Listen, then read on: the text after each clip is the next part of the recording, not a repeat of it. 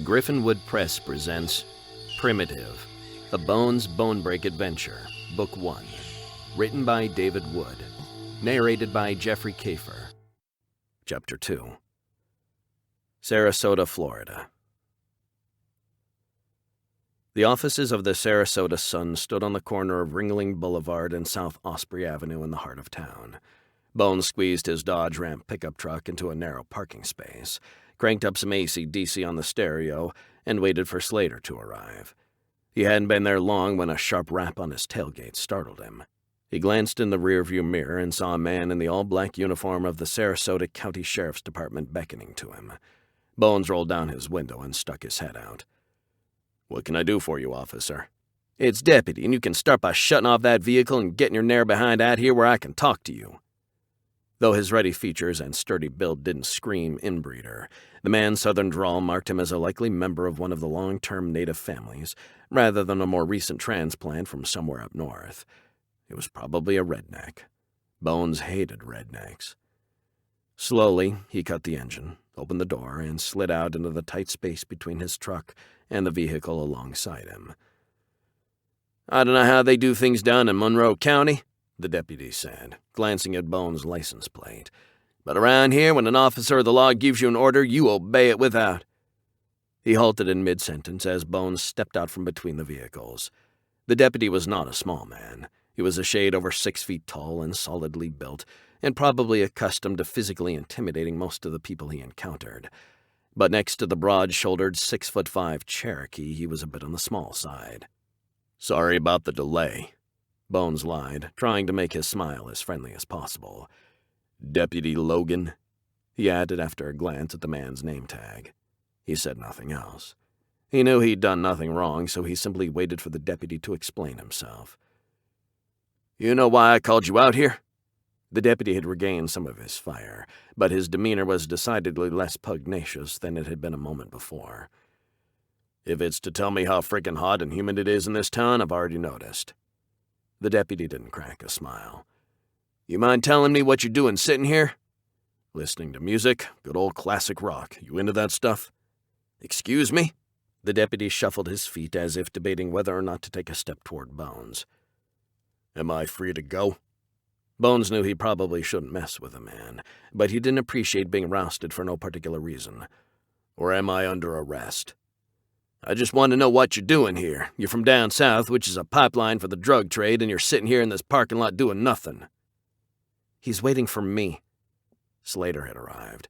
She strolled up to the deputy and flashed an apologetic smile. "He and I have an appointment with someone inside."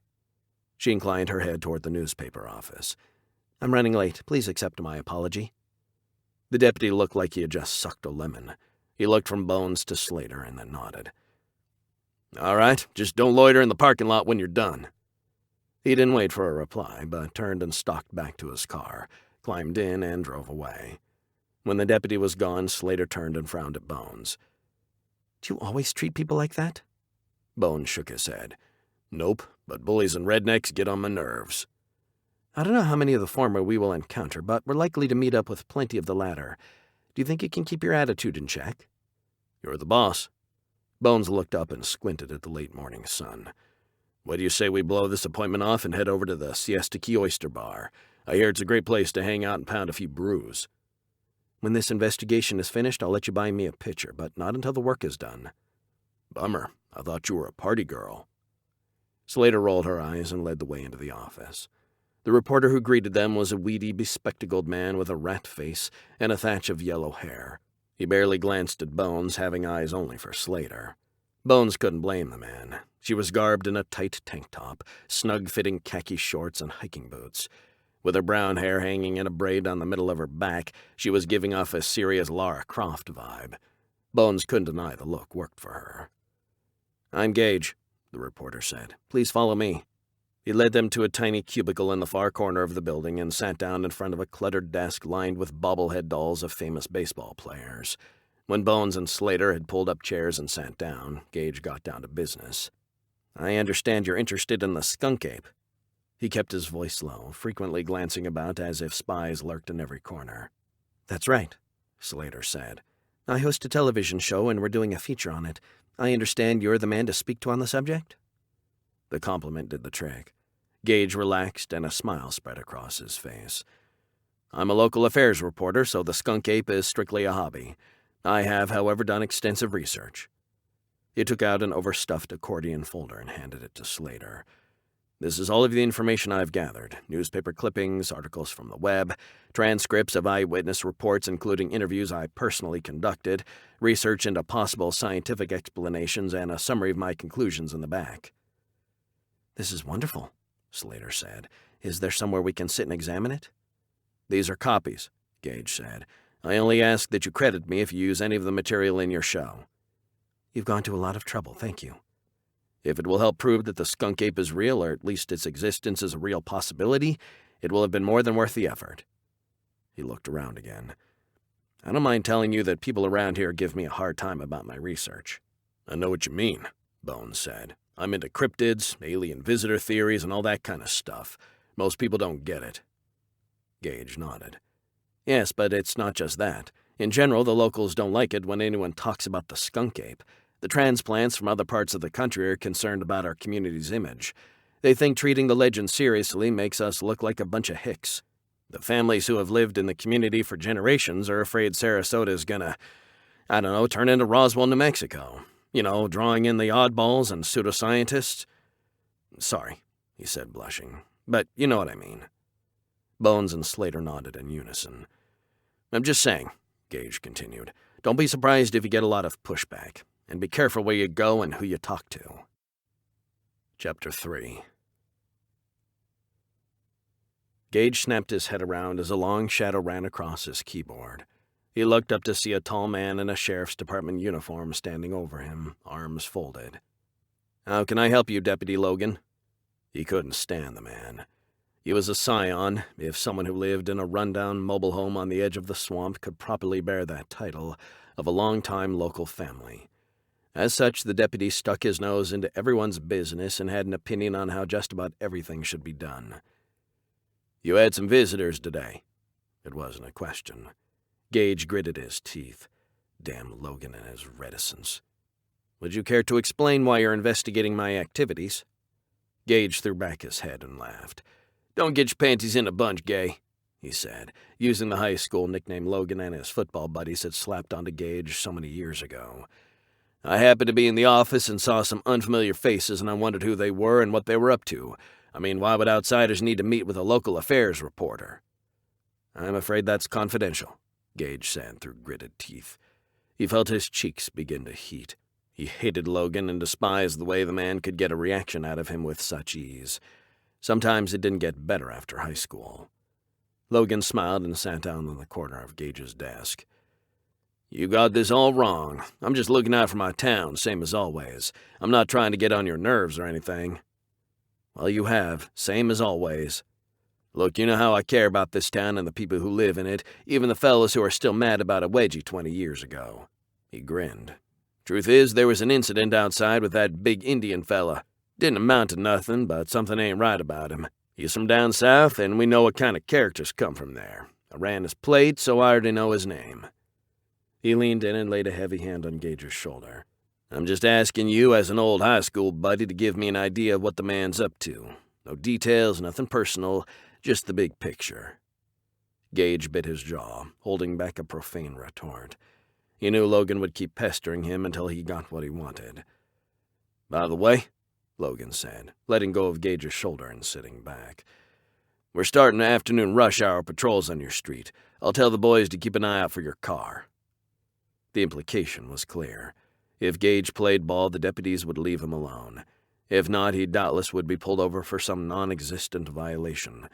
Besides, given that Gage's interest in the skunk ape was well known, he figured Logan had already put two and two together. The deputy was a buffoon, but he wasn't a complete idiot. Despising himself for giving in so easily, he sat up and looked Logan in the eye. It's nothing serious. They're from one of those pseudo-investigative television shows, and they're doing an episode about the skunk ape. Logan guffawed and slapped his thigh. So that fellow is crazy. I knew he wasn't right, but at least it isn't drugs. I should have known, since the skunk ape is sort of your thing. What'd you tell him? Just the usual stuff. Nothing they couldn't find on the internet. You didn't tell them it's all a big fake? Gage scowled. You know, I don't believe that. Logan slid down off the desk. Nah, you don't, do ya? All right, Gay. I'll tell the fellas to let the ace reporter in the yellow Volkswagen pass unmolested. I'll just bet you will, Gage thought as he watched the deputy walk away. He considered calling Slater to warn her about the meddling deputy, but decided he didn't need to be involved any more deeply than he already was. I've done my part, he mumbled, and good luck to you. Chapter 4. Slater had left her car behind and walked from her hotel to the newspaper office, so she rode along with Bones as they headed to their next appointment. He was pleased to find they shared similar taste in music, though she did request the Black Eyed Peas, which he told her in no uncertain terms was not on his phone. They can't decide if they are rock or rap, and they suck at both, he explained. Just when I was starting to respect your opinion, Slater said, shaking her head. So who's this guy we're paying a visit to? He asked, struggling to keep his eyes trained on the road and not on Slater's legs. Nigel Gambles. He's the cryptozoologist who made the plaster castings of the alleged skunk ape tracks. He lives in a cabin near the entrance to the Miaka River State Park. My crew will meet us there.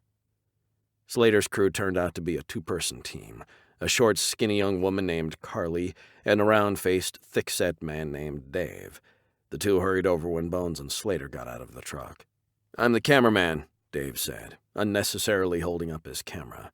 And Carly's the sound engineer. I'm Bones. I don't think I have a title. Of course you do. You're the resident expert. Carly grinned and gave him a tiny wink, which he returned. She was cute, not Slater level, but not bad. I'm not paying any of you to flirt, Slater said. Let's go. Mr. Gambles is expecting us. Gamble's cabin stood at the end of a long, winding dirt driveway lined by live oaks and draped by low-hanging Spanish moss.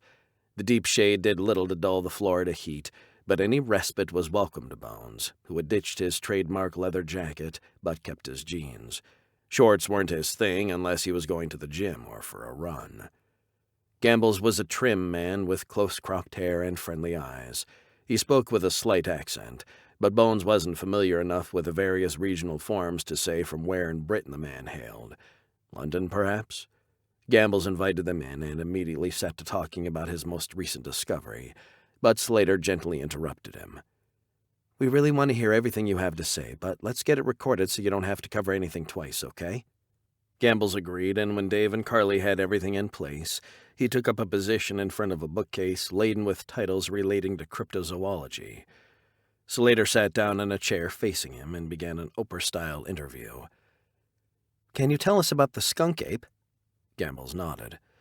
The skunk ape is a legendary primate that is believed to inhabit the Everglades and outlying areas, though sightings have been reported all around Florida and in other states in the southeast. It's known for its elusiveness and its distinctive smell. He went on to discuss the history of skunk ape sightings in the area, beginning with Native American legends and reports from Spanish explorers, including a harrowing tale of a shipwrecked crew, of whom all but one were killed by the legendary beasts. He then moved along to modern sightings, skirting around the obvious fakes, but providing multiple accounts from ostensibly reliable witnesses, and even sharing a few grainy photographs. Bones had seen and heard it all before, but what Gamble said next surprised him. Some people believe that the creature is not an ape, but a primitive human. Bones almost spoke up, but remembered the camera was rolling and kept his silence. Slater, however, followed up. Primitive humans? Is there any evidence to support this theory? In truth, there's not much evidence to support any theory, but I have found what I believe are rudimentary tools and stones that show signs of being worked. What's more, I discovered them in the general area where I recently came across the tracks. Gambles picked up the briefcase sitting beside his chair, opened it, and took out a palm-sized stone. This looks like a scraping tool. He held it up for the camera and then handed it to Slater, who examined it with polite interest. And this one, he continued, taking out a triangular stone, appears to be for cutting. See how the edges have been chipped away? It's not a regular break. Someone or something has worked it. The man wasn't wrong. Even from where he stood, Bones could tell that someone had scraped and chipped the rock to give it a sharp edge. Slater seemed to agree, nodding slowly as she looked it over. But how do we know these aren't artifacts from the Native Americans who once lived in this area? Because I have evidence that at least one item was used quite recently. Gambles took out a smooth, round stone about the size of a tennis ball and a Ziploc bag containing small gray fragments of some unrecognizable material. It appears this stone was used to break open freshwater clams. Slater frowned. Why would someone smash them instead of just prying them open? It ruins the meat. Exactly. Gamble sat up straighter as he spoke, a triumphant smile playing across his face. You or I would do just that. But what if you did not have a knife or other implement at your disposal? Or what if you didn't know such things existed? Only a true primitive would use a bludgeoning tool for this sort of work. Slater adopted a properly interested expression, paused for a few moments to let viewers appreciate the implications, and then continued with the questions. Tell us about the other evidence you've recently uncovered. This was clearly the moment Gambles had been waiting for. He leaned forward, his words coming faster. I was taking a stroll down by the river, and the tracks were just there. My first thought was that someone was winding me up.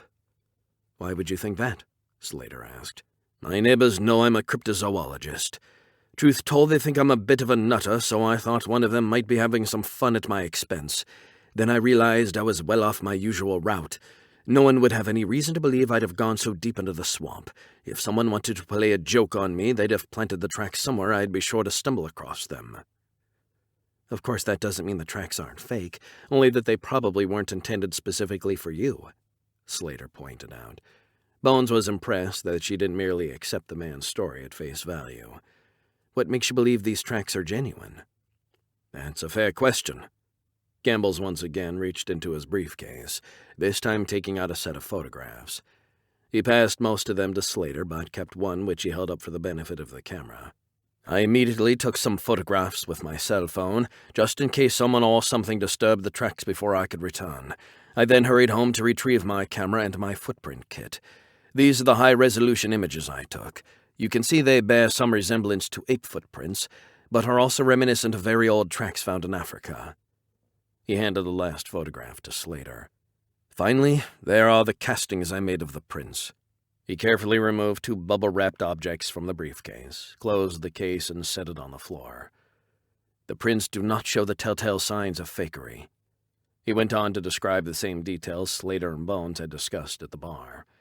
When Gambles finished his analysis of the print castings, Slater asked a final question. Do you believe the skunk ape is real and lives in this area? Gambles looked directly into the camera and gave a firm nod. Absolutely.